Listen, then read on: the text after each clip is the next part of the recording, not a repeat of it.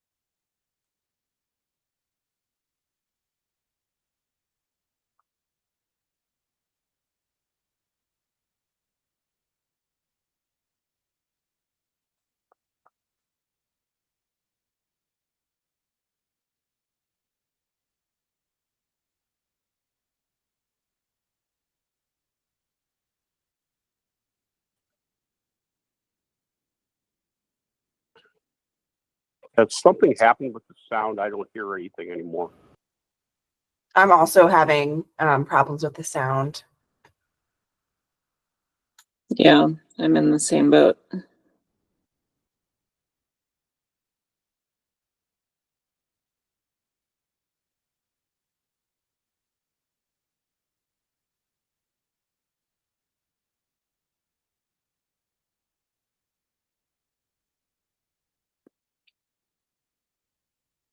Can you hear that, Becky? Yes. Okay. So I'll kind of revisit real briefly, just so that kind of get people up to speed. So we would anticipate being about 75% into our budget as of the end of March through those 9 months of the year. We are currently at 71% of our expenditure budget, which is beneath and where we would anticipate being, and 99% of our revenues. As I mentioned, most of our revenues do come from state appropriation, and therefore we get those day one. So that's why our revenues is higher than where we would anticipate that 75%. Several of the key areas in expenditures, salaries are one of those areas that we keep an eye on, both department wide and then also at the prisons and also at the CVC districts. We would anticipate those to be slightly below that 75% threshold because we do have an accrual period that brings some of those expenditures back into our fiscal year from July. So right now, currently, we're at 69% for the department wide, for the prison, 69%, and 67% for the CVC totals for the salary lines. So well within where we would expect those to be. And once again, that's one of those areas that we have to kind of balance things against. A couple of the other larger things, drugs and biologicals is one of our larger spend areas. So our pharmacy spend in our prisons, that typically our budget is just under $10 million for that line, and we're just at 76%. That's one of those things that we kind of ebb and flow a little bit based on who we're caring for and what is being prescribed. So we kind of typically get through the year and we kind of delve back a little bit on some of our supplies and such. So we'll keep an eye on that. Food is another area that's a large expenditure area in our prisons and community-based residential facilities. The budget is about $16.7 million, and we're at 72% of that spend. So right where we would expect to be at this point in time. Utilities is another area that's a very large piece of the budget, about $12.5 million overall for our department. And once again, expectation would be about 75% or a little bit below, and we're just at 69%. So we're right where we want to be. Of course, as always, every year we do have some places that may go a little bit over and some places that go a little bit under. So we'll be doing a little bit of reallocation as we navigate towards the end of the year. Capital wise, we have dispersed a good chunk of our appropriations that we've received.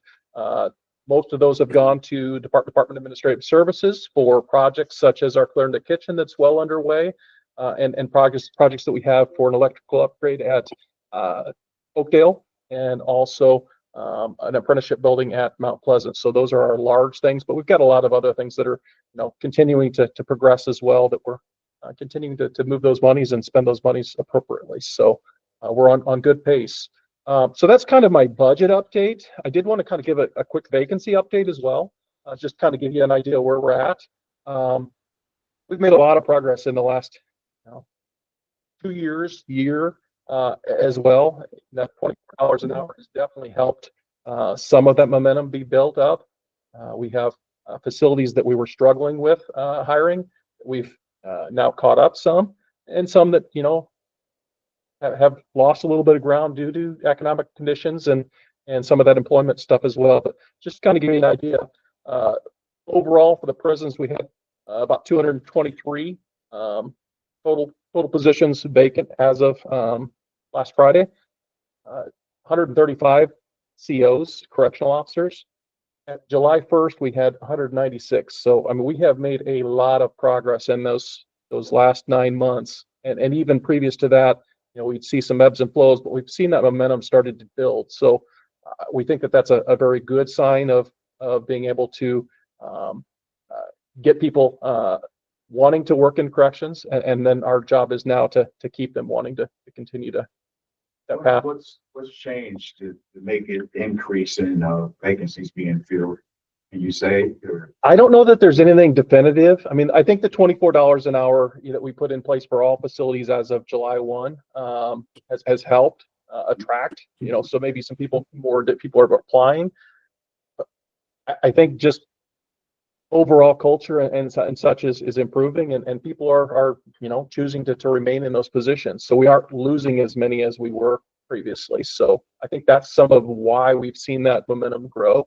And we've seen those numbers come down. So, and once again, that's across our entire prison system. So, there's places that we continue to work hard at and try to fill, and others that, once again, we're doing very, very well and continue to do our best to maintain those folks. The other pieces are medical staff, so our RNs and LPNs. That has been an area that has been very difficult to attract and maintain folks due to the competitiveness of the outside private sector. But we have reduced those vacancies as well statewide. So I think we've, like I said, building momentum and hope to keep that alive. So What's the change in pay? Did it go up, or is it at a standstill right now? Or for which position? Medical?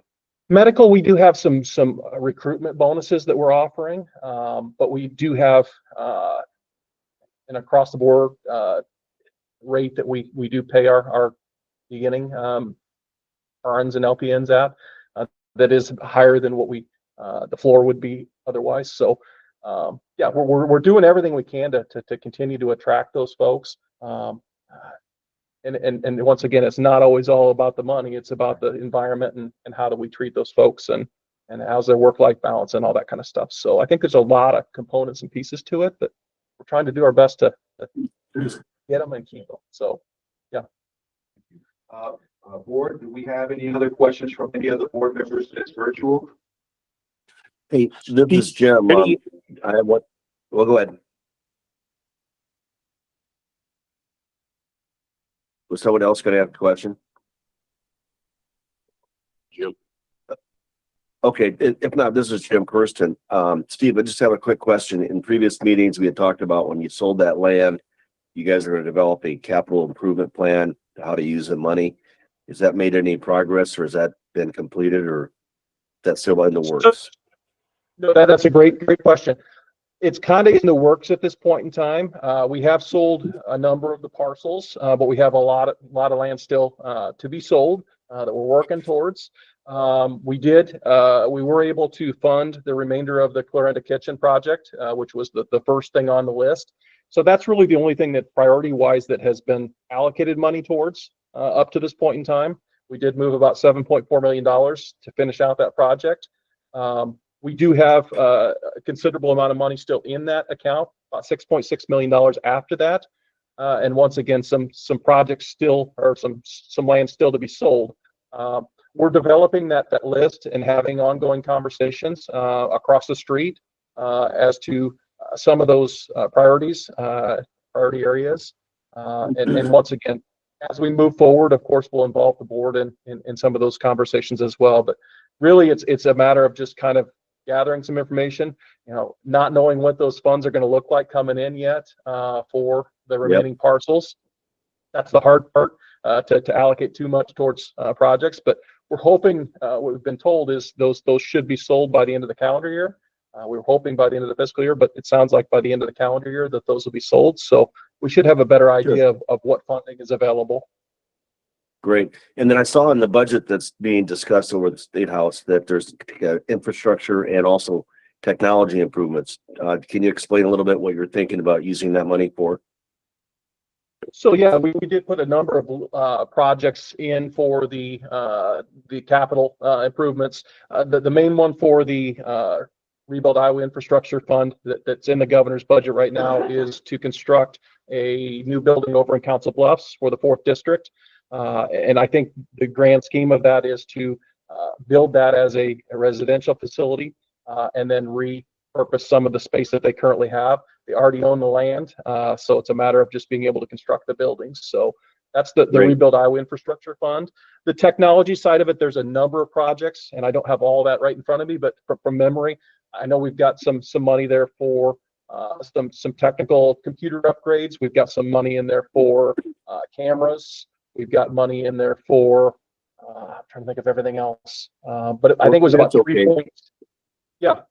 million. I think was for technology and upgrades. But everything at this point in time, we haven't gotten anything pulled from that number. So we're going to continue to advocate for those dollars because they're very important in keeping us moving forward. Yep, absolutely. Thank you very much. Steve, this is Becky, and I just wanted to talk a little bit. So you mentioned that you increased the pay rate for COs, I believe, to 24. And was that a jump from $17 an hour, or have there been incremental increases? Yeah, so yeah, $17. That was probably quite a while ago. I believe that the minimum for that pay grade is somewhere in the range of about $22 an hour. So it's a little bit of an increase over the minimum of that pay grade. Got you. And then also considering, and by the way, congratulations that staffing is starting to improve. I'm excited to hear that. Do you anticipate that overtime will change? Because I know that's been an issue in the past, and hopefully are we gaining momentum there also? Yes, absolutely. That is one of the quintessential things that has to happen as you of course, employ more people and are paying more towards that payroll, that biweekly payroll, that overtime number normally does come down, and it has at the facilities where we have basically full staffing. We've seen dramatic decreases in the amount of overtime, and that's good for a lot of reasons. I mean, morale and not getting mandated, having staff mandated is a huge plus for our staffing patterns, and some of that may be why we're holding on to our COs a little bit better. So good, that's good to hear. Thank you. You're welcome. Any other questions from any of the board members?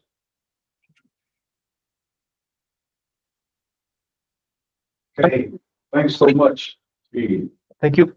Now we're going to have a legislative update from Jen Rockley. Hello. Hi there. Here. Hopefully you guys are all doing well. Hello, board. So I am just going to kind of give a brief legislative update. We just completed week 13 of the legislative session. So we've got about 3 weeks to go, and that's presuming they adjourn on time. So we'll be keeping an eye on that. Obviously, it'll kind of be dependent on how quickly they move through budget bills and get through the rest of their policy initiatives that they're focusing on this session. But right now, you know, we're continuing to see a shift from policy bills to budget work, which is expected for about this time during session.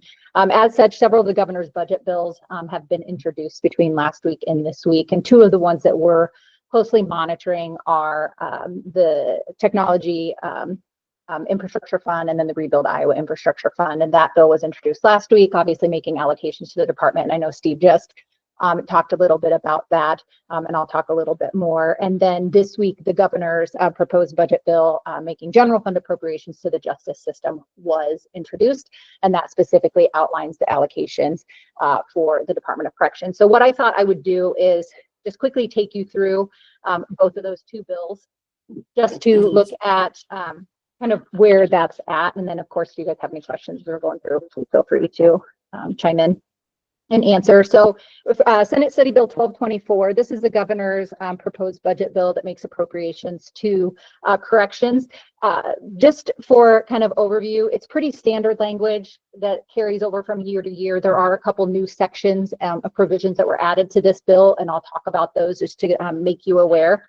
But if you, I think, were you dropping the link in the chat to the bill? So if you're looking at the bill and you want to look at the bill, section 3, which is on page 4, this breaks down all of the appropriations for the department for our correctional facilities, so our prisons. So you can see the individual number that was allocated to each one of those, and that's on page 4 of the bill there.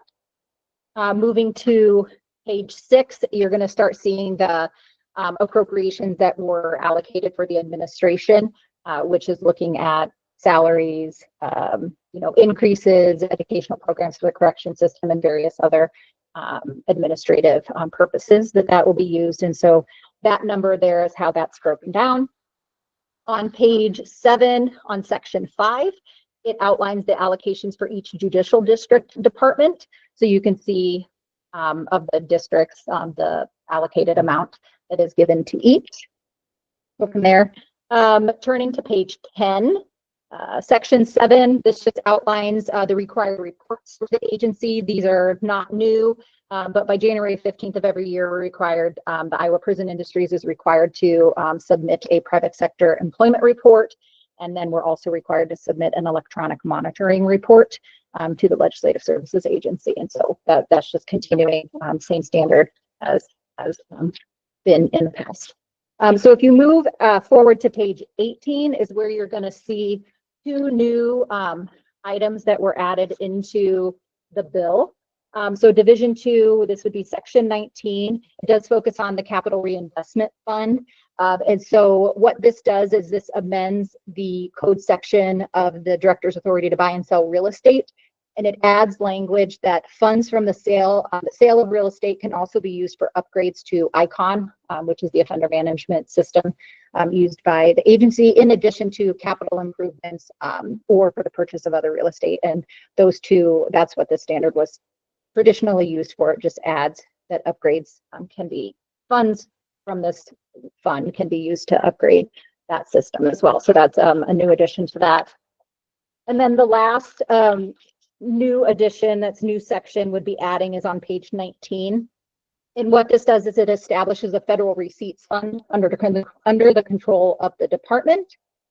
And so we're actually really happy to see that was incorporated into the governor's budget bill, because if you recall, back in December when I talked to you about the pre-filed bills that the department had introduced, that was actually one of the bills, and it hadn't gotten introduced through the session, but then it showed up in the budget bill. So we're really excited for that, because what that bill will do is it will allow our department to maintain any federal funds that we receive, even if we receive payments for them after the close of the fiscal year. So we'll be able to use the money that was coming into the department for the intended purpose to help support the districts. One of those is our federal contracts with the Federal Bureau of Prisons to house federal inmates in our districts.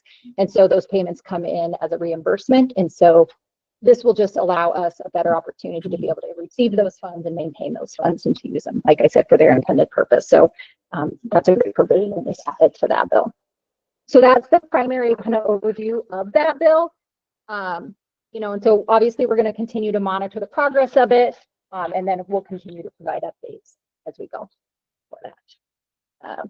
The next one, and Steve kind of talked about this one, is Senate City Bill 1218. And so this is just appropriations that are from the Rebuild Iowa Infrastructure Fund and the Technology Reinvestment Fund. And so beginning on page 4, this is where it allocates those RIF funds to the Department of Corrections. And as he stated, it's just over $4 million for the renovation and construction of office space in our 4th Judicial District for that. And then you move to page 8 of the bill. That's where it allocates the funding from the technology reinvestment from that's over $3 million for those various technology upgrades and projects. So again, obviously we'll be monitoring these bills pretty closely because we want to obviously make sure that we're able to get as much funding as we can to support the operations of our agency. And so those will be really important to follow as we go along with that. So any questions on that? So Becky, do you have any questions for Jim? I do not. okay, otherwise I'll keep going. So the last couple things I was going to mention was just to update on our Department of Corrections sponsored bill. And so that's a bill that conforms changes for the Board of Corrections, duties of the directors, superintendents, district directors. So right now that is still sitting on the Senate side waiting to be debated. So we're monitoring that to see when that will pop up on the debate calendar and see how the outcome of that is. And so we'll continue to obviously keep you updated on that. The last item that I had to discuss was Senate File 397, which is the assaults on correctional officers staff. So that bill has passed both the House and Senate, and it's just been waiting to be signed by the governor. But why that bill is important and what that does is it enhances the penalties by 1 degree for assaults against persons engaged in certain occupations, which include correctional staff, peace officers, members of the Board of Parole. And it also adds language that specifies saliva during contact is considered an assault. And so and what that does is it raises the penalties by 1 degree. So on some of them, if it's a Class D felony, raises it to a Class C felony, and so on. So that bill is still waiting to be signed by the governor, but that's one that we're obviously watching as well. Hey, Jim, this is Jim. What bill number is that budget bill? I forget. Yeah, so the general fund budget bill is going to be Senate Study Bill 1224. Thank you. Yeah, not a problem. And then the Technology Reinvestment Fund and the Rebuild Iowa Infrastructure Fund bill number is Senate Study Bill 1218. Thank you. Yep. And so, yeah, those were introduced on the Senate side. we haven't seen any companion bills come through the House side yet. So we'll kind of see how they're planning to play that, this session. So we'll keep track of it. Okay. Thank you. Any other questions? Okay, I think I'm done. Thank you. All right. Yeah, you're welcome. Thank you for all the updates you're sending through email. Yeah. Appreciate that. Yeah, Thank you so much. absolutely. Absolutely. Next, we will have a third district hire. It's an action item from Paul Cornelius. Third district director interviews were held March 31st. Present was Deputy Director Kramer, Deputy Director Lamb, Jay from the board, myself, and then first district director Denise Cooper was present. And it's our pleasure to present Mark Covey to the board. Mark is here to say a couple words. Mark, I'll turn it over to you to just give a little bit of bio. Thank you, Paul, and thank you everybody for attending. Just to give a little history of myself, I graduated from Northwestern College in Orange City, Iowa. I got a bachelor's degree in sociology with a career concentration in criminal justice. I have my master's degree from University of South Dakota. That is in administrative studies with emphasis in human resources. In 1997, I started working for the Hartley, Iowa Police Department up in Northwest Iowa. I did go through the Iowa Law Enforcement Academy through the city of Hartley. In '99, I started working for the Sioux City, Iowa Police Department. In 2006, I came over, got a job with the Department of Corrections here in Sioux City, Iowa as a probation parole officer 3. Eventually was promoted up to a probation parole officer supervisor. In 2004, I became the assistant director. And then here today, I'll be starting as the director for the 3rd District. I'm just excited to keep working for the Department of Corrections. Excited to just work with all the directors and wardens in central office from across the state. And even more excited to keep working with all the staff here in the 3rd District and to work alongside them in a partnership.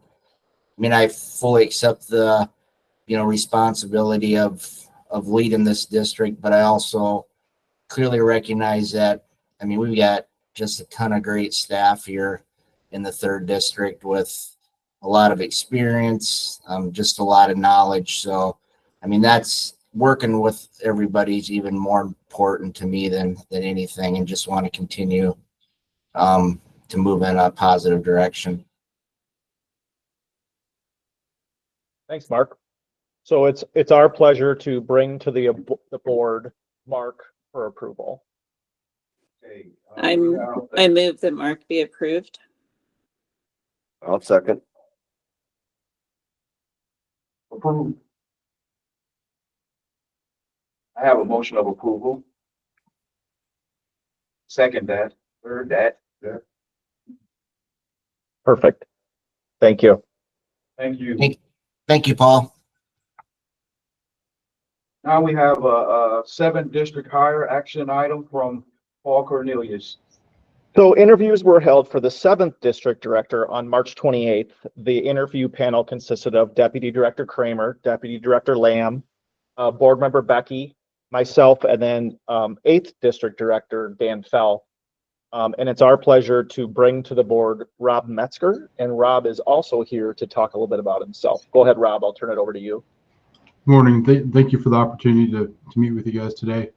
A little bit about myself. I'm a graduate of Cornell College, where I received my bachelor's degree before going on to get my doctorate in clinical psych at Forest Institute down in Missouri. There I specialized a bit in correctional mental health and a little bit in forensics, such that when I came back to Iowa, I started off at Oakdale as a staff psychologist. That was in 2007. And then made the jump over to CBC's in 6th District in 2009. Prior to that, when I was in Missouri, I got some good experiences with Missouri Department of Corrections, county lockup, federal corrections. So able to get a good variety of prior experiences as well. Throughout my career, I've been real fortunate to learn from a lot of great mentors, help me navigate progressively complex leadership tasks and roles and challenges. I look forward to bringing that forward to the leaders in 7th District and throughout our system, building on the rich tradition that they have and really supporting their great staff to grow the next generation of leaders who want to have a great work culture and keep producing the excellent outcomes we all desire. Thank you.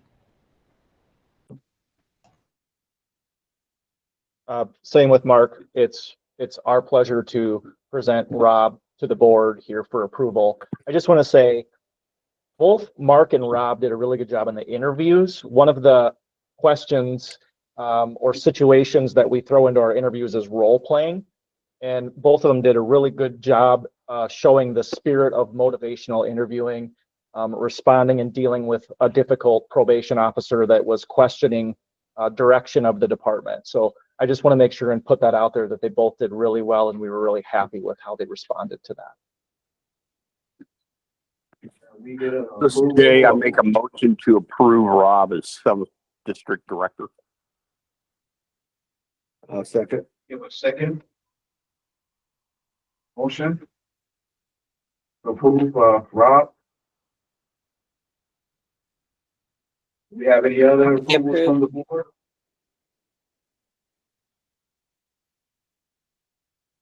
approved.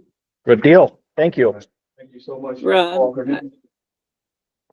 Rob, How about- I just want to say it was a pleasure to sit in on your interview and just listening to your responses to the questions and the role play. There's no doubt in my mind that the 7th district is going to be in good hands under your leadership. Thank you. Appreciate it. Congratulations. Now we're going to have a presentation for IDAP presentation from Don Hanson.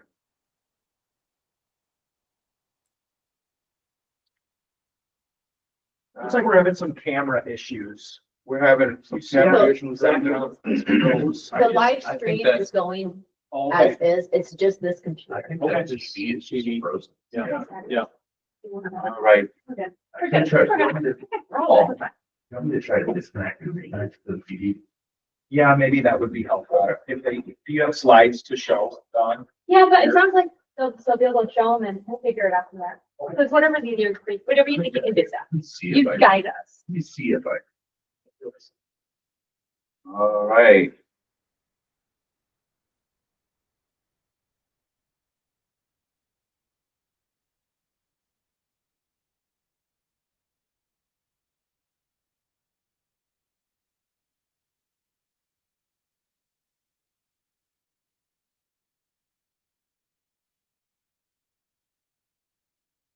We're happy to have Dr. Skinner joining us today.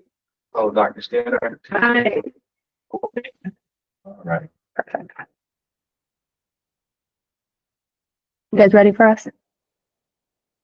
Ready to go. Okay. Good morning, everyone. My name is Dawn Hanson. I work for Central Office in our CBC division. I am the Field Services Manager.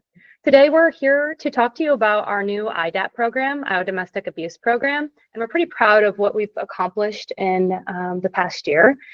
What I will say is, before we got together to develop our new program, we had 8 different judicial districts doing 8 different things in some regard to our Iowa Domestic Abuse Program. So we came together to really build a more equitable, a more consistent, a more seamless program together. And what we did is we brought representation from all 8 judicial districts, as well as we ensured that we had victim services representation, as well as we had the district director's approvals, a warden's approval, and kept communication up with that. So I just want to give a huge shout out to the team. Colin and Juan are here today to represent that team, but please know that team was bigger than just us, and they did some incredible work. And what you're going to hear today is this word called lean, and it's the process we use to help guide us in developing this program. Lean is not, I know a lot of people are like, oh, it's a buzzword, Don. It's not really a buzzword. Lean is a method that a lot of businesses use, a lot of different states use it, a lot of governments use it to ensure that you develop a program that's more efficient, that kind of gets rid of the waste, but also really leaves the heart of the people at it as well, and the experts in the room doing the work. So we did some really incredible work there. And really it was based on how do we improve this system for Iowa, for the community we serve, and for our clients and for our staff. And you will see today, the experts are in the room. We really discussed some tough pain points and we worked through that. And we're really proud that we can say that we really truly developed a system that Iowa should be proud of. And honestly, nationally, I think will be looked at in the future as well. So they're going to kind of go over the process and some of the things that we developed throughout that. So I'll let you guys go ahead and introduce yourself. Nice to meet you all. My name is Colin Ryan. I'm the Treatment Services Manager at the 6th Judicial District. Juan, do you want to? I'm Juan Lucy. I'm a CCPC out of the 7th District. And so basically to talk a little bit about the process we went through. So what we had was representation from every single district. From the first, we had Laura Bruess, Rebecca Barrett from the 2nd, Sarah Anderson and Cash Utesh from the 3rd District, Jen Foltz from the 4th, Lisa Chidester from the 5th District, myself and Joey Matusek, she'll kill me for that, from the 6th District, Juan from the 7th, Jamie Baker from the 8th District, and we also had Becky Kinnaman, who represented the Judicial District, which gave us real insight into the people who weren't in the room, obviously the people who have been victimized by the crimes as well, in terms of what the process is that we brought forward. And the process of lean was very interesting. It was done by Laura Shefford from the Department of Corrections and Sarah Kirk from the Department of Management. One of the things that we found, we'd had a lot of meetings in terms of how do we get on the same page with IDAP over time. And we found that we were getting bogged down a lot on the technicalities. We'll talk about some of them in a minute, but they could really kind of stunt kind of the bigger question. What was really excellent about lean was it kind of cut through that and looked at the core value of efficiency. So instead of moving away from the way things are done district to district and the technical kind of issues with that, it's like, okay, if you were to wipe this away and just look at an efficient system, how would we start? How would we go through this? And had some very practical elements as we were talking about it. For example, we looked at the 80-20 rule throughout, which would be, let's look at 80% of the cases rather than the 20% that cause us to get stuck. That helped us really move through a lot of the stuff. And then a lot of those 20% cases, they did come out, but we were able to iron them out over the year that passed. So could I spin? Oh, there, it's already there. Thank you. So, so like I said, we had the 8 districts and Becky were there. And what we kind of defined ourselves as an IDAP overlap committee, that we were trying to find enough kind of common ground within ourselves to be able to move this forward in terms of the district. So to go through how the issue as we found it, if you were a client coming in, it would have been a very difficult kind of situation for you. You had 8 different districts with different policies. What that also had was different fees, different processes. So an awful lot of the times when we have clients attending, we'd ask them to, if they don't turn up or if they break a no contact order, there's a restart. In some districts, there was a new fee. In some districts, there was a restart fee. In some districts, there was none of that at all. So from a client going from district to district or being transferred, we're being set with a completely different financial system. So you can obviously, when clients are mandated into a class where we have to build trust with them, these were huge barriers for us to be able to do them, particularly when we moved from one district to another. The other aspect, so like there's also different practices within those clients as to when did we remove a client or when did we keep a client in, how did we work with clients, and also like working with the staff, having different practices within them. And each district is kind of working with a different judicial district as well. So like how that worked would often reflect that as well. And there was different financial constraints for each district as well. So what we moved to were the main kind of points that we looked at, with the next slide there. So broke it down into kind of 5 buckets to look at. The first was our intake process, how we were taking clients into the program for the very beginning. The next was the fees, which was, you won't be surprised, one of the big sticking points that we had to work through over and over again. The policies that would come out of that and kind of the standards as well. So what needed to be a policy, which would be something that needed to be approved regularly if it was approved, if there was a major shift, and what could be a standard, things that we could maybe work together as a committee and as a bigger group to try and change to build efficiencies as we move forward. And the rules that we would have with clients. So again, there was equitability across the board and all that. And then how do we monitor clients going forward? So those are the 5 areas that myself and Juan are going to cover. So fees would have been the first one. And as I mentioned, this became a particular sticking point. There was different fees for each district. There was one of the big sticking points that we had was we have here shorthand we went for was pay to stay. What that meant is that if clients didn't pay, they wouldn't at times be able to stay in the program, which again, with some of our clients with having financial barriers, this became a problem. So we were looking at that as well. It was again the different restarts problems, the different timelines to fees. Some of this also made it different to look at. We tried to look at data, and because things were done so differently in every single district, it was a real apples to orange comparison to what was effective practice. So the new system involved, firstly, like a flat $600 program fee. This was one of the other sticking points in some of the districts. They were paying by the class, other districts were paying by the program. It became a nightmare when we were trying to look at how to do this. We eventually just had to say from 1st of July, everything is starting again. Whatever districts were doing beforehand is what districts did. After the 1st of July, this is when the program kicks in, which was very helpful because again, that was the point of getting stuck. We were looking at a waiver for clients on SSSI or SSDI. Again, a lot of different ways that it was handled, but we tried to do it the cleanest way. As soon as there's evidence that someone is on social security or disability, that we would not charge fees for them. The fees were also how transferring fees across was again a very knotty issue where so we looked at just again with the idea of efficiency that the district that was receiving the client would be the one that collected the fees at that point.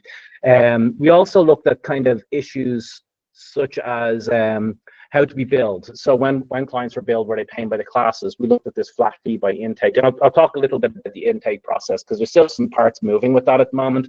But we're hoping very much to be able to at some point set it up so clients are just paying maybe by subscription or paying by kind of a longer period of time on there. There's obviously technological aspects to that we're still trying to figure out, but trying to make ease of payment an issue with the clients as well, so that we can collect the money as simply as possible. So there. So again, like looking at the why, bringing it very much into that efficiency model. And again, Sarah Kirk and Laura Shepard did an incredible job in helping us move through that, because we were coming through it with 8 different viewpoints.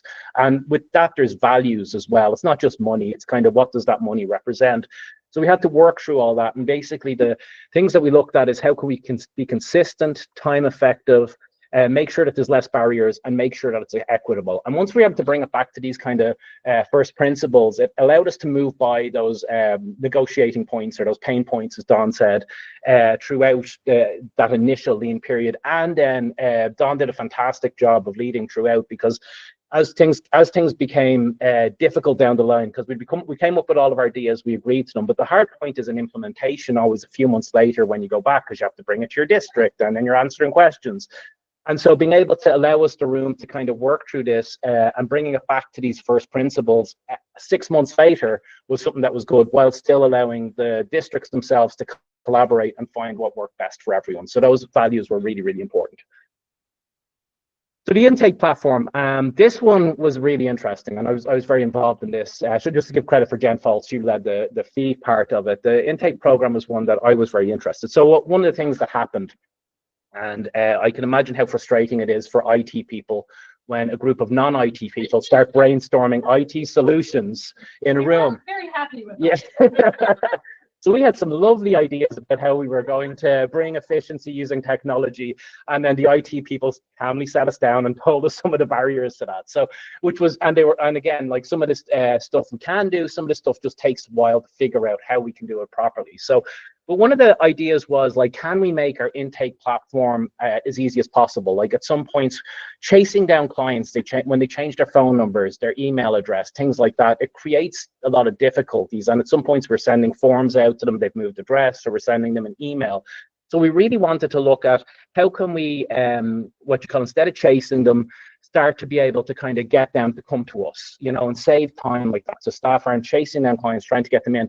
It also helps hugely with accountability. When we're in a courtroom and the client is explaining how, well, I got my form, but then I moved the address. It's harder to hold accountability when it's like, look, it's a link. You just click on the link and you fill out the form. Here's the form. Here's a tablet. We can do it right here and now. So one of the things that we really wanted to do is create that for public safety, to get them into the intervention as quickly as possible, knowing that that's going to be when we can have the maximum impact as possible. So again, where it was before, time staff mentioned that there was a lot of talk about how our intake process felt at times frustrating and inefficient. Staff are spending more time pursuing clients than actually spending time treating them, which is what we wanted to move on to. So again, the great idea had, like I said, was what if they came to us? Now, in the 6th district, and I know Dr. Metzger was one of the lead people in kind of bringing forward a Qualtrics platform. Initially during COVID, the survey platform, it allows a huge amount of instant being able to send a link to a client. They hit it, they hit the link, they complete the form, and it's automatically emailed to the people that are there. So the 6th district already had some access to Qualtrics. So we started to do a pilot based on that. We involved the 3rd and the 7th as well. Basically what it was, there's a card there with a QR code. Clients would just be given the card. Once you have been sentenced to IDAP, you would scan the card. You're automatically filling out the form then at that point. And the people who are relevant from that district get an email. It also goes into a spreadsheet, so we're able to track all of the people as they came in.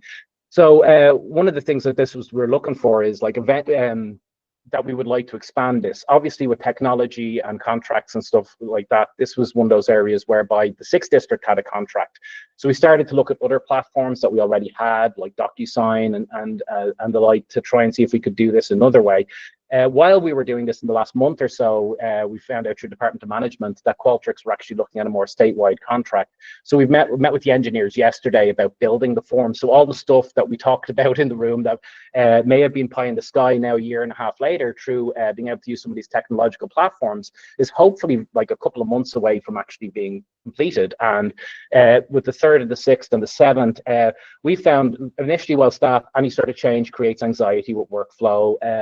But the staff really appreciate it. It's just very simple. The client gets sent the link, they fill out the form, it comes straight back to us. We're calling them and getting into a group within a couple of days then. And that's been something that, again, was kind of fun for me to geek out on in terms of how we put it all together, but also like a really efficient use of time and staff. So we're really hoping that this is something that we can expand out. It's been really cool to see that the length that people are getting into treatment, we're getting them in sooner, and we're not losing those clients.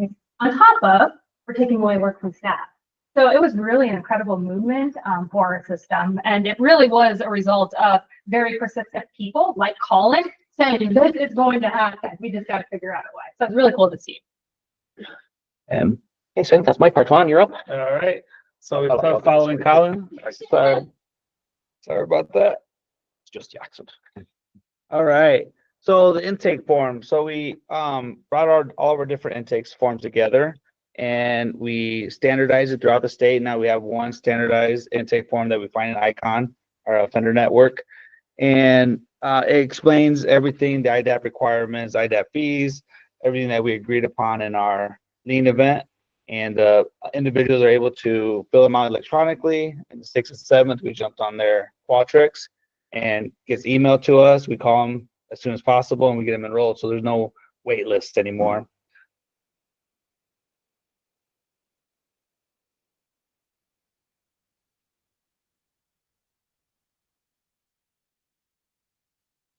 What was that? The wait list. There's no wait list. No, the 5-year. Do you want me to? That's the 5-year. Oh, the absolving, yeah. Yeah. So again, when client, we weren't closing them out and monitoring when they still owed IDAP fees. So we agreed that, again, we're trying to measure the effectiveness of the program versus paying to stay. So when our individuals were completing the program and not paying them fees due, they were staying open in ICON, which created a tracking nightmare. So we asked the judges if they would be willing to absolve all cases as long as they completed the treatment aspect of IDAP, and they all agreed to it. So after 5 years, if the individuals don't have any more violent offenses, then we can go ahead and close them out.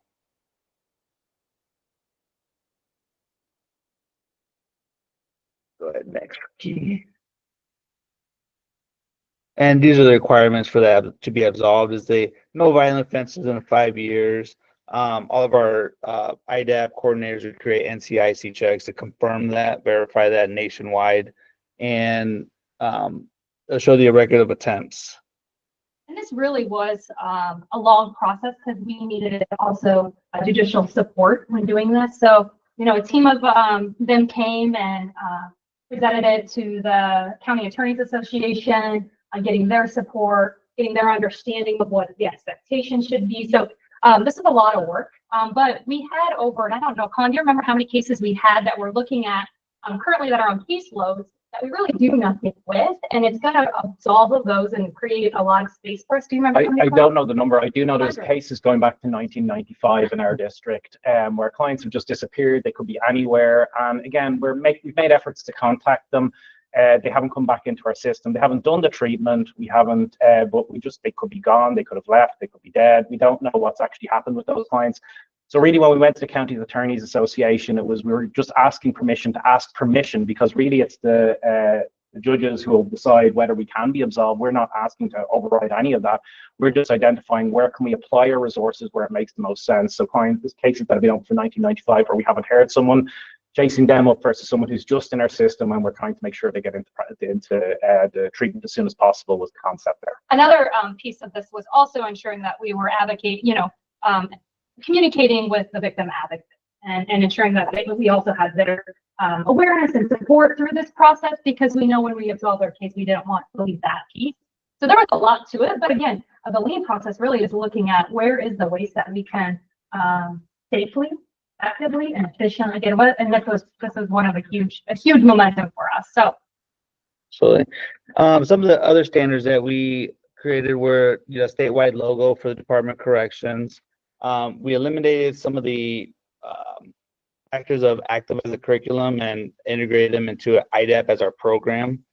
We create all references to Iowa code for the Iowa DOC policy. Documents now have embedded links. We added that mandatory reporter training as a requirement. We changed our terminology, including the IDOC districts instead of DCS and survivor instead of victim.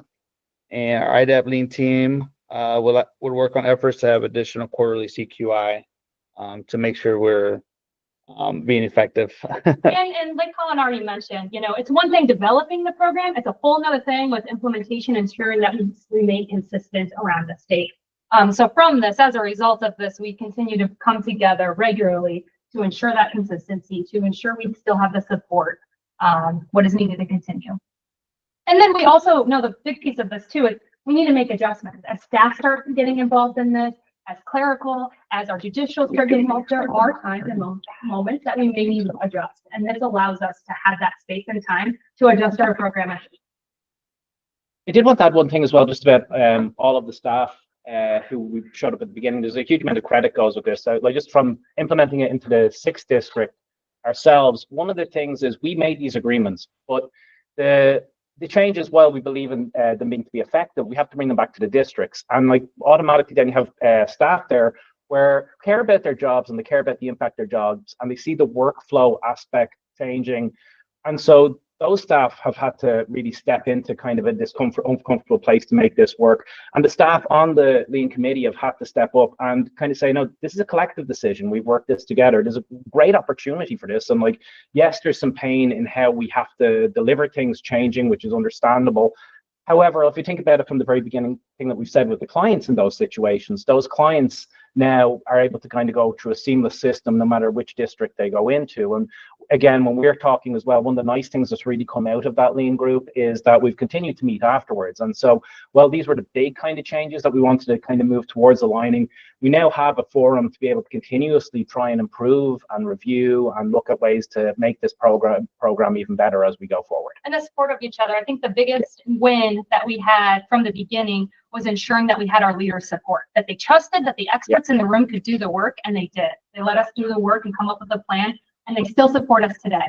So we'll come to them and it'll be like, here, we need this change in your district. We know it's going to be frustrating. We know that staff might be upset, but here is why we need it. And that we have had incredible support from the leaders, and that's really helped us keep up with the momentum. So any questions you guys have for us? We presented a lot. Right. I want to ask about the clients.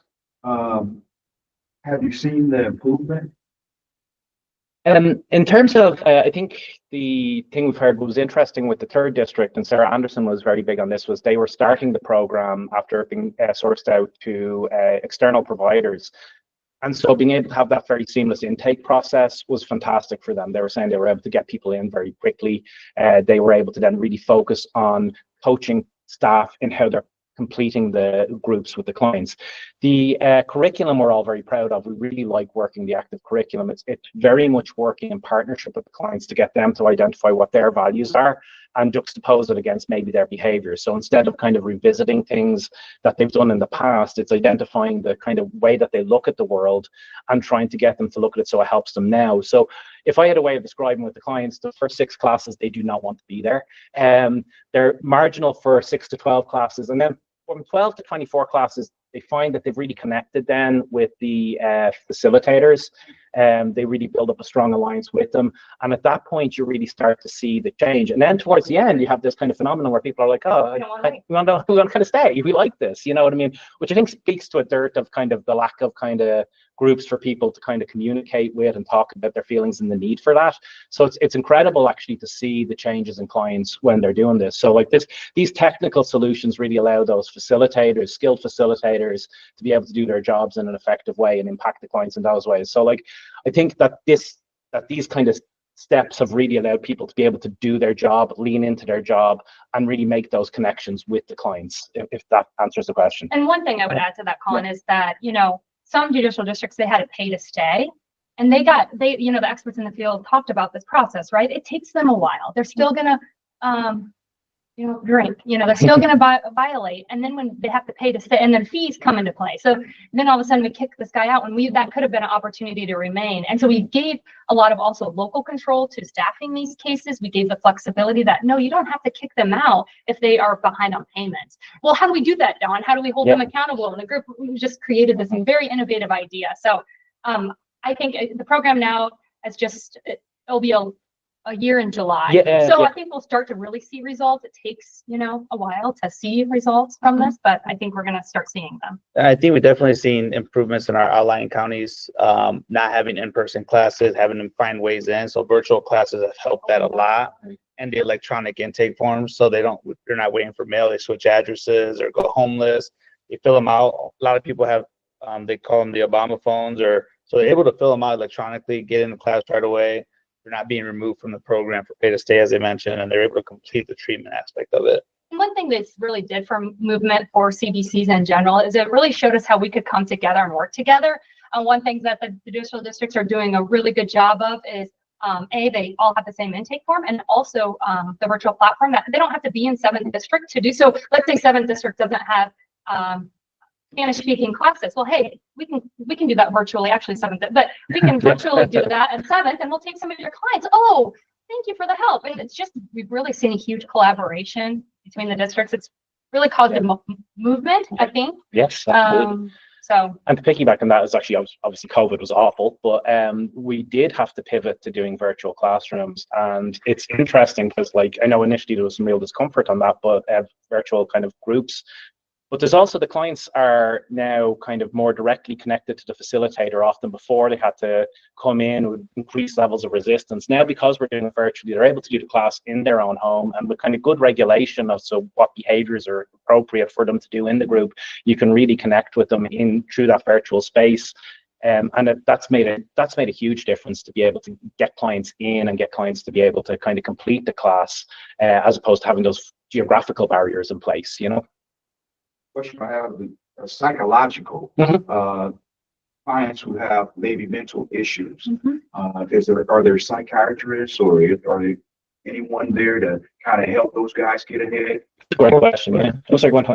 Well, I mean, we always offer resources in each district is different. We offer our resource in each district for further evaluation or for further treatment. But we don't in-house in the 7th, we don't offer. Each district's a little different. Some districts have more support, more psychologists. The 2nd district just some innovative things there, but 7th district has really good relationships with outside providers, so they're able to connect them to their therapist fairly quickly. You guys have some good. Yeah, right. Well, through Tech to Connect grants, we're able to provide those outside resources. We have a trained therapist on staff as well on the 6th. And so for our clients, again, not virtual is again looking at that 80-20 rule. For 80% of the clients, definitely works. For 20%, they need in person. And again, it gives us a kind of graduated sanction in some way. So if they're not paying attention online, we're going to have you come in and do a group. But also for clients there where there is those kind of psychosis or kind of serious mental illnesses, we will do more of a one-on-one where resources will permit, or work with local providers and kind of help what we call kind of alternative IDAP, whereby they can fit it into the curriculum themselves. Is work with maybe a local provider to try and get them through in that way, so they're getting the best level of treatment that they can with the barriers that are there. Thank you. Is there any other questions from any other board members? Yeah, this is Jay. I'm just wondering if you're seeing an improvement in the transition from prison to the community of folks that have completed the domestic abuse program in prison and then going on parole or work release or whatever.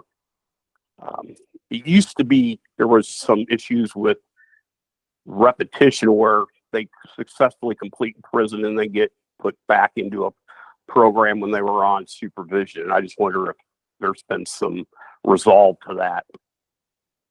Yeah, that's a really interesting question. And I can speak for the sixth on this one. So like for IDAP, it's kind of you've either completed it or you haven't. So one of the things that we've done is if someone goes into the prison and they owe fees, we will waive the fees so long as they complete the curriculum in the prison itself.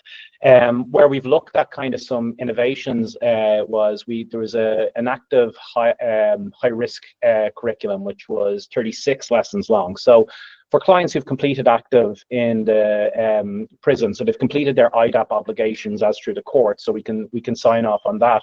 We've kind of taken the extra 12 sessions and developed an aftercare curriculum. So they're not just going straight into doing the same curriculum again, but it's kind of 12 extra sessions that Dr. Zarling developed that we can kind of do and then review some of the work that they would have already done in prison. So it's kind of, again, it allows them to kind of take the core parts of the curriculum, but then build extra stuff onto that when they come out. And that's proved quite useful with clients who've completed active in prison. But again, with the IDAP requirements, we want to make sure that it's evidence-based in terms of what IDAP is. So whether it's active P, which is the prison curriculum, or whether it's active in the community, if they haven't completed the evidence-based part of the domestic violence charge, then they have to get that completed. Thank you. And just personal note, I think you guys have done excellent work. Thank you. And the seventh, we haven't incorporated the high risk curriculum yet. Again, we're trying to get standardized, but we don't offer that HR curriculum yet. So we might offer a different type of COG group that the 7th district offers. We try to put them in an intervention. And some type of intervention, yes. Any other questions? Any of the board members? Well, thank you guys. As you can see, we're very passionate. We talk about it all day if you want. So Thank you for your time. Don Hanson and the IDAP presentation team. Yeah. Thanks so much. Right now, we're going to have public comments from the public. And how many minutes are we given? 2 minutes, and we will start with in-person speakers to go first, and then we'll go virtual and question if everyone can hear me okay who's online. Can you hear Becky? Yes. Elizabeth has a question for you. So we'll start with in-person first for speakers, and then we will go online. I have a list already made. So is there anybody here in person who would like to speak first?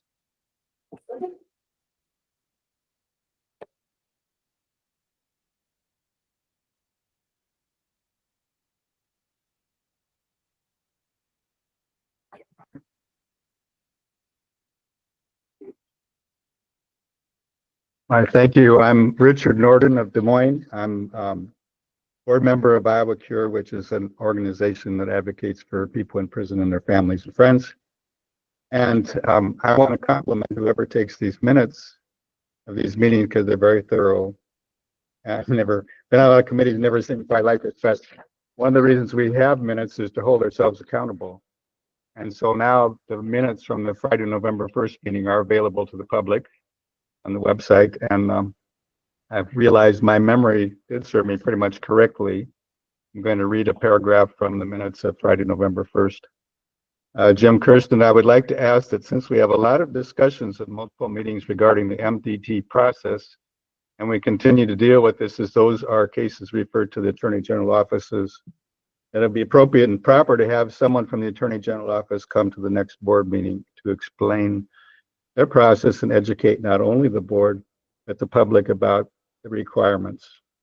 It says board members agree with this suggestion. And my question is why this has not been honored or when it will be, as many people are interested in that. Because many people are being held in our prison system beyond the date they would normally be eligible for parole, and we know that overcrowding is a real problem. As of today, we're 8,703 people over a 6,990 capacity. That's 1,715 people over capacity. And it seemed like this process of people waiting for years for the Attorney General's office to move could be part of a solution to this. So, well, this is Jim. Yeah, this is Jim, and I think I did ask, I know I did ask that question, and I'd like to defer to the staff to explain why that's not on the agenda today. I think it's partly because of some ongoing litigation, but I'll let them clarify. But at some point, I think we would like to have that just basic update, but I'll defer to the staff.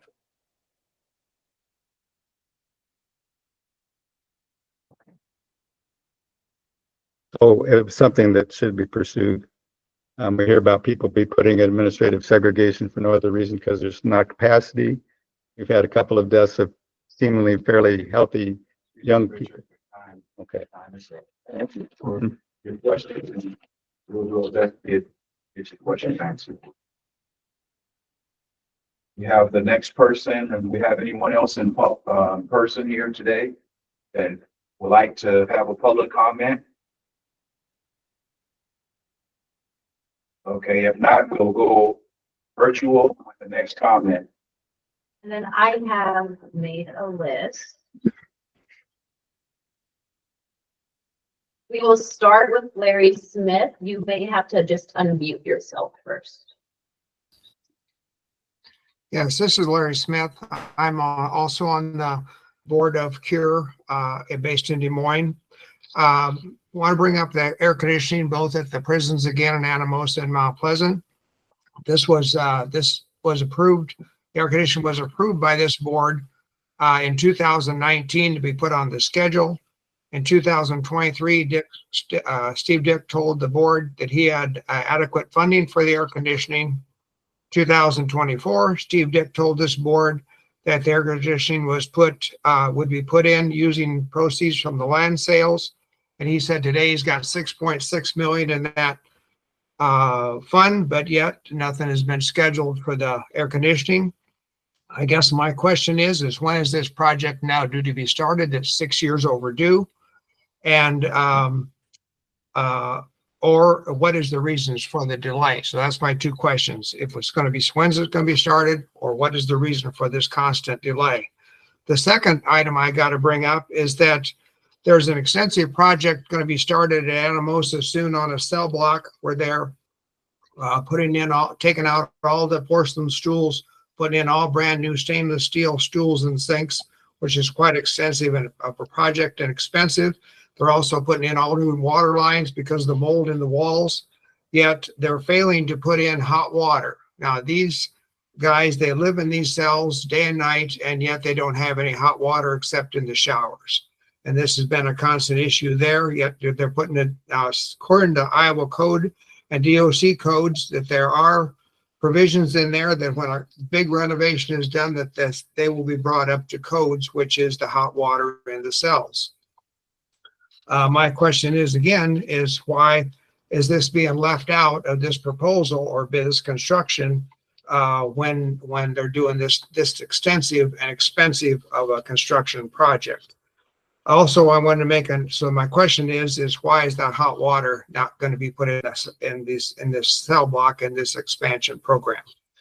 The other thing I have to bring up is I thought it was interesting that the legislators appropriating $3 million for office upgrades, yet they don't have the.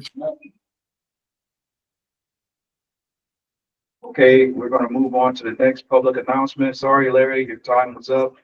Maybe you can write something and get some answers from your questions. Next, we have Michelle. Board members, good morning. Nice to see you and thank you for having me. I want to talk about the level system, which has been basically rendered ineffective because of the overcrowding. As someone mentioned, today the system is 25% overcrowded, 1,715 people in excess of what you're able to hold. And as you know, the levels are level 1, 2, and 3, plus add seg, which functions basically as solitary confinement. This is often a space being used for bed space because there are no beds. That gets reiterated by counselors constantly. And people are having reports written about conduct basically because they need to get pushed into ADSEG for bed space. When the person gets out of ADSEG, they go to level 1s. It's supposed to be for 90 days, and it's a punishment. But now it's 90 days plus about 6 months because there's no space in level 2. At ISP, for example, there's about a 100-person wait list just to get into level 2. So keep in mind, people are being punished on level 1 with limited phone access, phones that don't work much of the time, very limited visits with family, no programs on level 1, no volunteer access, and they're locked down 24 hours a day from Friday afternoon to Monday morning, and they're locked down 23 hours a day, Monday through Friday, with 1 hour out as long as it doesn't rain. So this brings us again to the multidisciplinary team and the Attorney General, who we had all hoped would be here today. Thanks for your comment. Maybe you can get something out, but your time is up. We appreciate you. Dawn? Yes, thank you so much for the opportunity to speak to you today. And I am Dawn Bovenmeyer, speaking on behalf of David Morrow and many others who have been impacted by the MDT's refusal to follow the law, which requires them to determine whether an inmate has a mental abnormality prior to referring him on to the Attorney General for possible civil commitment. This neglect, combined with the Attorney General's extreme lack of discretion, is making inmates wait for years before deciding whether or not to pursue civil commitment, and results in unnecessarily maximizing sentences. This denies men the possibility of parole and overcrowds, as we've been hearing, the prison population. And the overall response that we've received from you in the past is, sorry, we can't help you. Or take this to the legislature or to the judicial branch. And I will note that opportunities have opened up to do both of these. 2 groups of inmates, nearly 50 men in all, from Newton have filed petitions regarding this abuse of policy. Along with this, representatives to our state legislature are also looking into these complaints with a mindset of bettering the laws for the safety and well-being of both staff and inmates. Momentum is building. You as a board may feel very well that your hands are tied as far as making any real change here, but I would encourage you to consider one thing: being a voice. You each have connections. You're obviously interested in our Iowa prison system. Be a voice. Get curious. Ask some hard questions and keep asking. This one small issue impacts many lives, both inmates and staff alike, and could make a big difference in regard to prison overcrowding, staff shortages, and overall prison morale. Seriously. Thank you, Dawn. Your time has ran out. We appreciate your inquiry. Thank you. Ron Pyle? Hi. The Iowa Department of Corrections, in its mission and vision statements, talks about safer communities and no more victims. These noble goals are, of course, accomplished by reducing recidivism. Studies have shown that one effective way to reduce recidivism is to encourage connections between incarcerated individuals and the outside world. Yet, IDOC administrators routinely block access to anyone outside of the prison system. Time after time, requests to visit the incarcerated are denied for no good reason. Time after time, applications to volunteer to help the incarcerated connect to the outside world are rejected. Anyone suspected of forging a real connection with an incarcerated individual is denied access to that individual as well as any others. I've experienced this personally. I'm a co-leader of the Unitarian Universalist Prison Ministry team and learned that there was a group of incarcerated individuals struggling to conduct UU services themselves with no outside help. I applied to volunteer to help these men exercise their right to the free exercise of their religion. In violation of Iowa law, my application was denied, ostensibly, quote, due to ongoing communications with current IIs.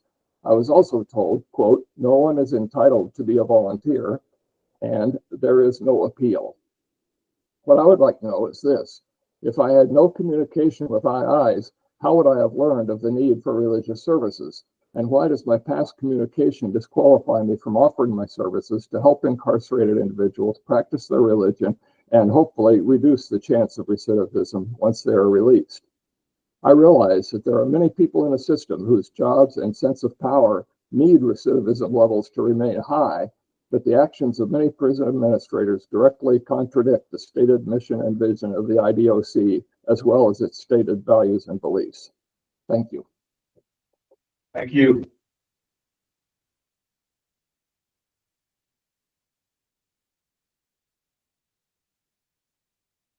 Don Peters.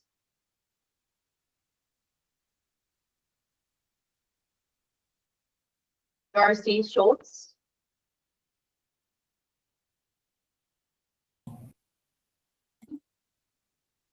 Yes. Are you ready for me to speak? Yes, please. Dear board members, I'm also very disappointed that the Attorney General's not in attendance today. But what's more disappointing for me as a lifelong taxpayer in Iowa, and in my experience and viewpoint, the Iowa prisons are more focused on punishment rather than rehabilitation and skill-based programming. Very few volunteers are allowed to do programs inside the Iowa prisons now, as they used to do. And so many predictive things have just been taken away from incarcerated people and replaced with these lockdowns other ones have talked about. Opportunities for their phone calls and visits are fewer. There are fewer educational opportunities. Men are languishing in a system that is 25% overcrowded, as it was noted today. And as a taxpayer, I'm from a farming community, and we're desperate for farm labor, and it's kind of offensive that we're just keeping them there past. They could be out doing something in their community that's productive. And mostly it really bothers me that it leads the men to be in the administrative segregation or solitary confinement. And it causes inhumane conditions. And that is what really irritates me the most, that I'm helping pay for that, inhumane conditions. And it makes me very sad that I'm supporting this. And the Attorney General couldn't come and speak to us. It might be because of the lawsuits. I don't know. It seems like they could address something, but it seems like she's supporting the overcrowding, and so is our. The comment time is up, but if you can write, and we can get some comments answered. Next. Our next and last that I am aware of would be Amanda. Good morning, board. Good morning, board members and Dr. Skinner, Representative Dunwell, and any Iowa DOC staff members present today. My name is Amanda Luttrell with Iowans Unafraid. Today, we wanted to ask for a discussion to be started in regards to allowing myself and another member of Iowans Unafraid, who is a licensed therapist in the state of Iowa, to go inside of the Newton Correctional Facility for an educational session to discuss about our organization and what we can offer incarcerated individuals and their family members, along with also sharing information about the sex offender registry. We would love to collaborate with the Iowa Department of Corrections in making this happen. We would be open to even including other parties like our state SORNA officers, our local parole officers, the treatment director at Newton, and the security staff at Newton to make this proposal become a reality. We have heard from our family members that this would be very helpful if their loved ones would have this information about how to navigate this difficult situation in their lives upon their release. We believe by helping them learn more about the registry and how to navigate it will allow fewer incarcerated individuals to have these registry violations, which will also cut down the number of incarcerated individuals returning to prison. We feel this opportunity will be beneficial to all the parties involved. I would love to reach out to anybody here. They can reach me at iowansunafraid@gmail.com or latrellamanda@outlook.com, and I will put that into the chat. And I am looking forward to starting this dialogue with the Iowa Department of Corrections. Thank you for this opportunity to speak, and thanks for listening to our proposal. Thank you. We have one more that just asked to speak as well. Danielle? Hello, my name is Danielle Mitchell, and I'm speaking on behalf of my loved one at Anamosa State Penitentiary. I'm coming to you today in regards to the phone system and possibly implementing a more electronically efficient way to add funds to the phone system, such as like a Western Union or something of that nature, instead of having to fill out a form, mail it, and wait 4 to 5 days for it to be posted to the account. Also, I'm inquiring about possibly adding or reintroducing the food vending machines to the visiting rooms, due to there are some family members that do travel long distances and aren't aware of or have access to being able to go to restaurants and things in the local area of the facilities. Thank you. Thank you. Now we're going to have open discussion from board members. If any of the board members would like to have a comment. We have one last speaker if possible, that just added onto the chat. We have one last public comment. 1 second. Susan?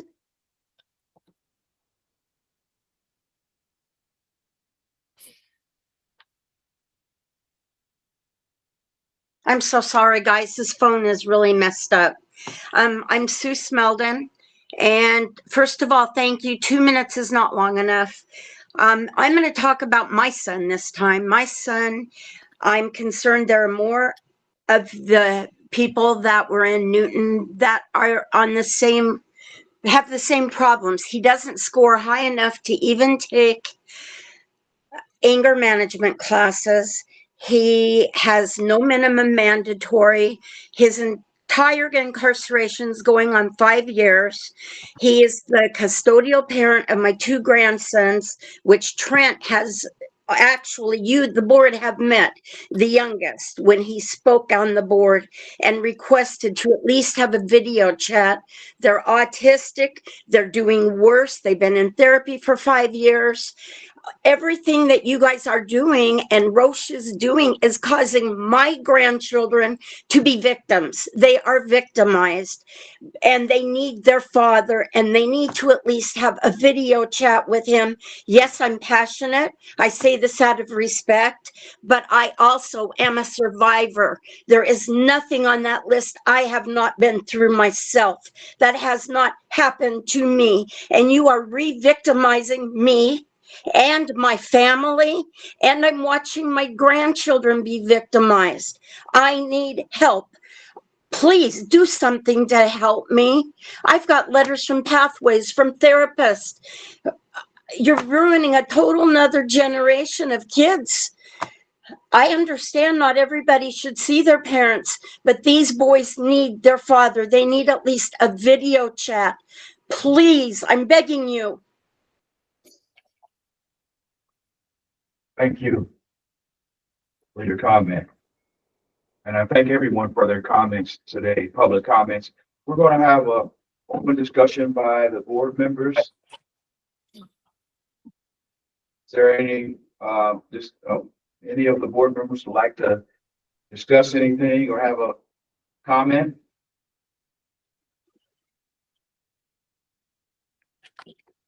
Well, I would like to comment.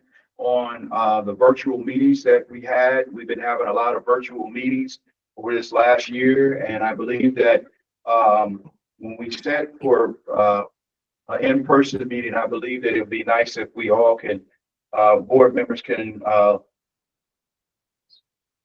make sure that we allow our secretary or someone to know that we're not going to be in person that way. People who are, we only had Richard that came today for public comment, but we want to make sure that we don't have everyone staying home and being virtual and then have one board member be here in person. I think it'll be nice if we all can be unified in making a decision on what we really want. So if we say we're going to have an in-person meeting, I think we should make it up in our mind to try to be here, not just for ourselves, but for the public, you know, and also for the staff of the Department of Corrections.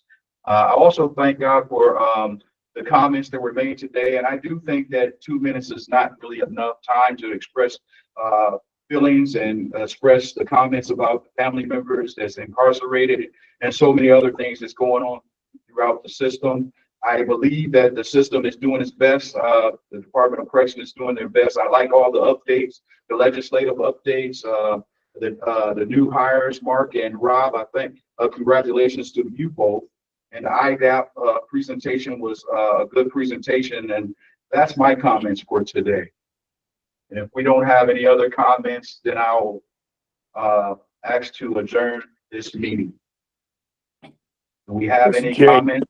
This is Jay, just quickly. I would like to see the AGs come to one of these meetings and so we can maybe answer some of these questions that have been ongoing. That's it. Thank you. Thank you, Jay. Do we have any comments from our chairperson, Becky Williams? No, Trent, but I do want to thank you for running the meeting today. Elizabeth and I spoke, and we were glad that you were in person to run the meeting, and we thought that would be more effective than me doing it online. So thank you. Thank you. Anyone else? Jim, do you have any comments about the Attorney General being present at the next meeting? Or Well, I guess I'll have to defer to the staff, but I would like to, at the appropriate time, when it's, you know, legal for them to come and make a presentation. My understanding is there's some litigation going on, so they didn't want to cloud that issue. But again, maybe the director can report back to us about maybe having them on the next agenda. Okay. Well, we're going to adjourn our meeting. Can I get a motion to adjourn? So move, Jim. I second. Jay. All right. Well, we will meet again on, we'll find out virtual or in person on July 18, 2025. And thanks everyone for coming out. Thanks for everybody, public, for the comments. Thanks to all the staff here at the Department of Corrections. And we thank everybody who was involved. And thank you for the IDAP team for being here in person. Thank you. That closes our meeting out. Thank you all. Thank you. Thank you.